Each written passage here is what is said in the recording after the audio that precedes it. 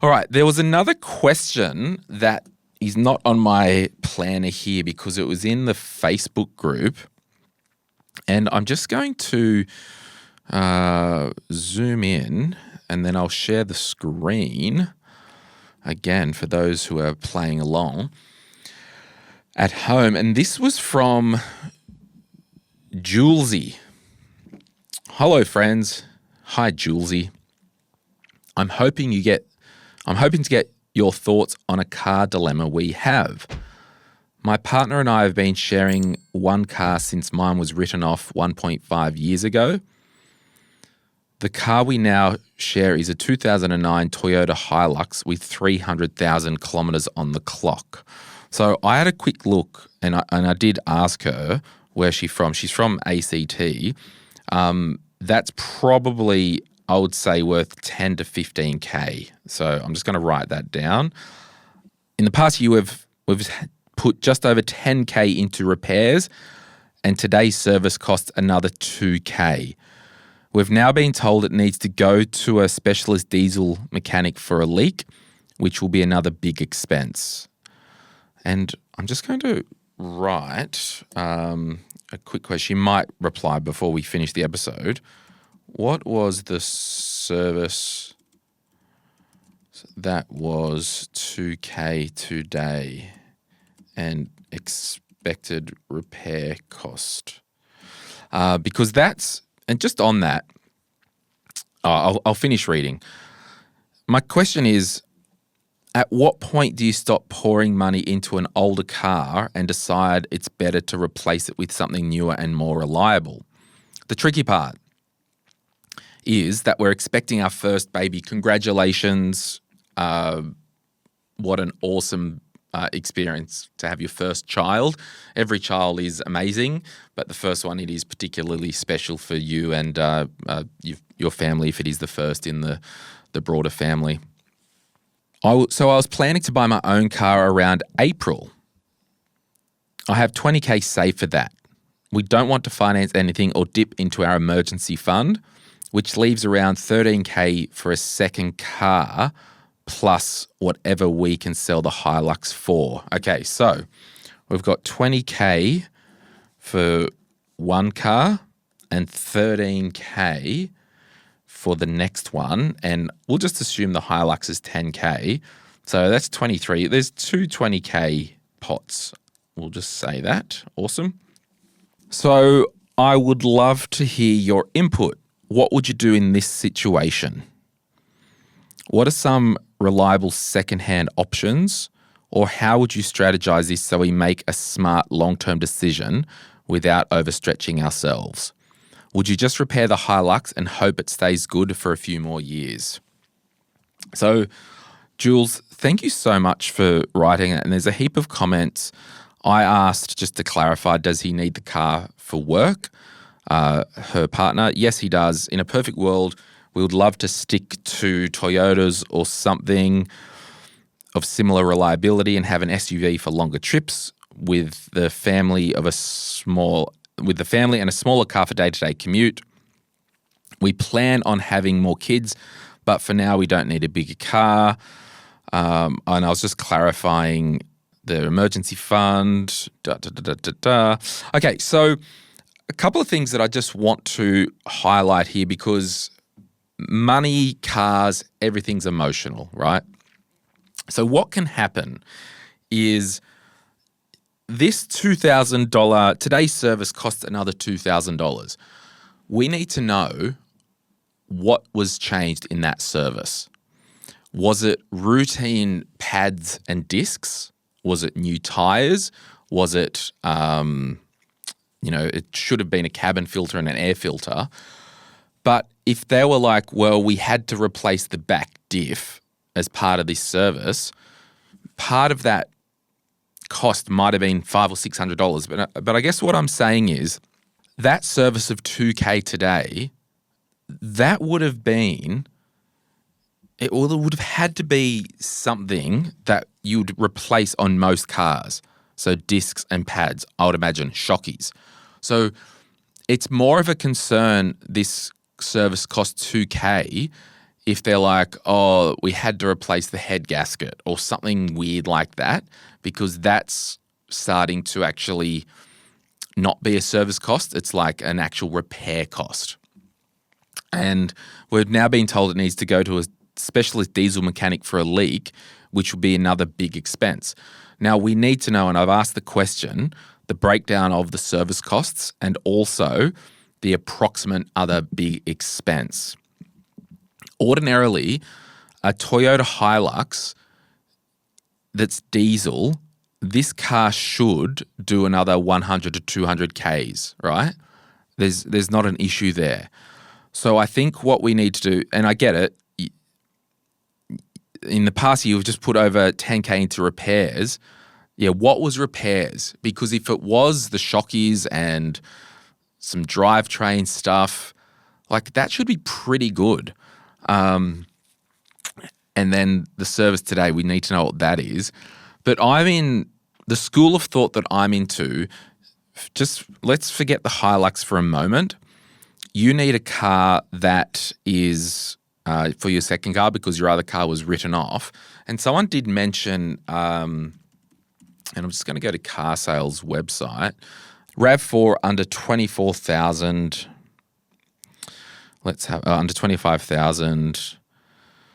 And let's go location, ACT, search.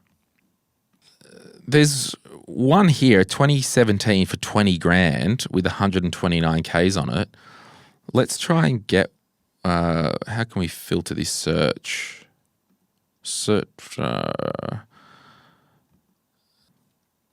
I'm looking at, yeah, there's a 2015 RAV4 for 18,000. I'd probably just be doing something like that.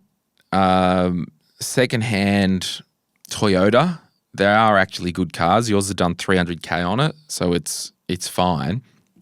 So I agree. I don't want you to have to get a loan.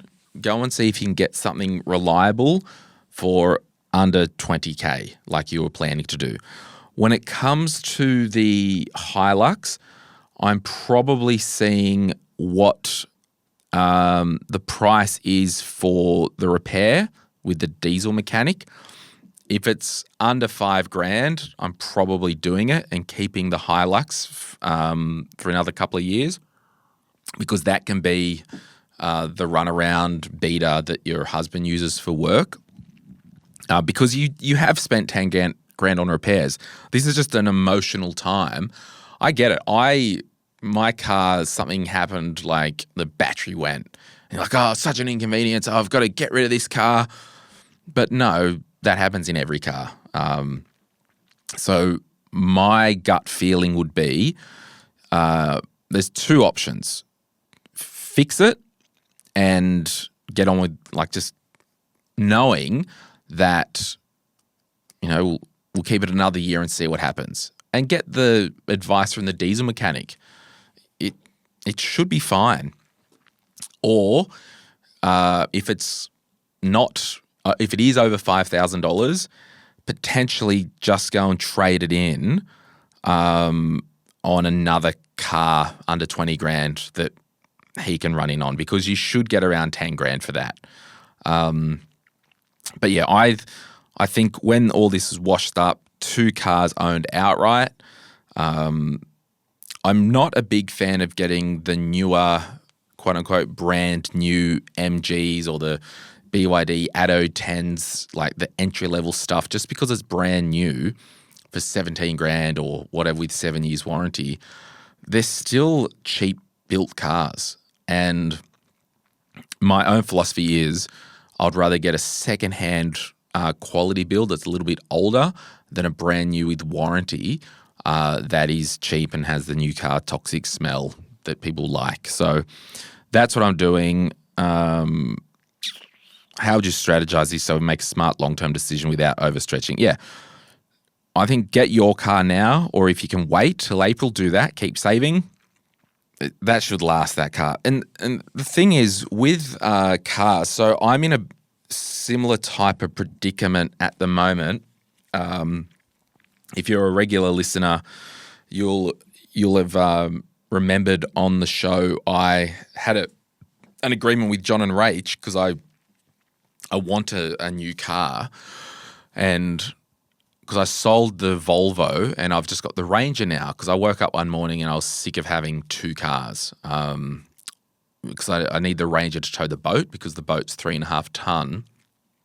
But I don't love driving the Ranger every day because it's 2014, it's trucky, like, I don't know, I just want a car, but I don't want two cars anymore. So I'm in this predicament that I was talking to a few people, mechanics and whatnot, and I've done some reading online.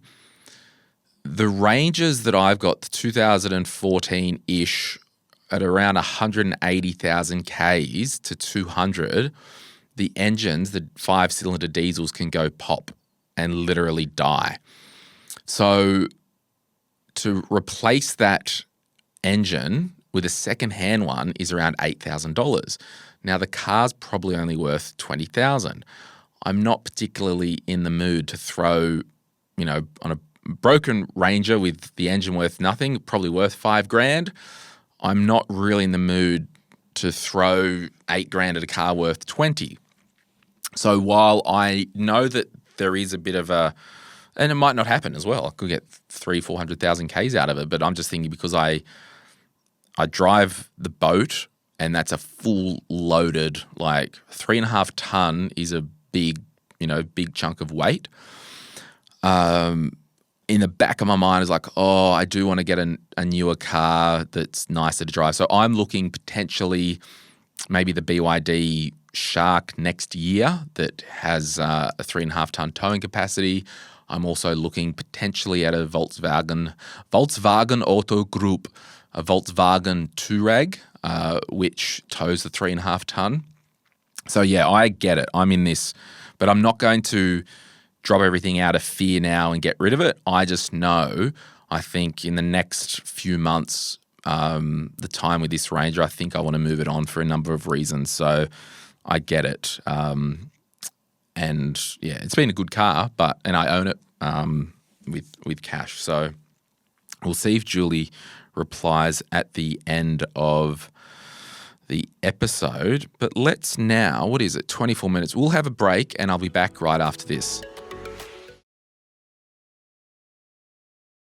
Hey, it's Glenn here. Thank you so much for watching today's video. You made it to the end. Can I ask a favor? Can you hit that like button and maybe hit subscribe if you want to get notified when we release further videos just like this one, whether you watch the Money podcast or Retire Right. And remember, if you want to learn more about investing, I've got an investing book, The Quick Start Guide to Investing, and there's a link in the description to get your hands on a copy. Thank you so much. Bye.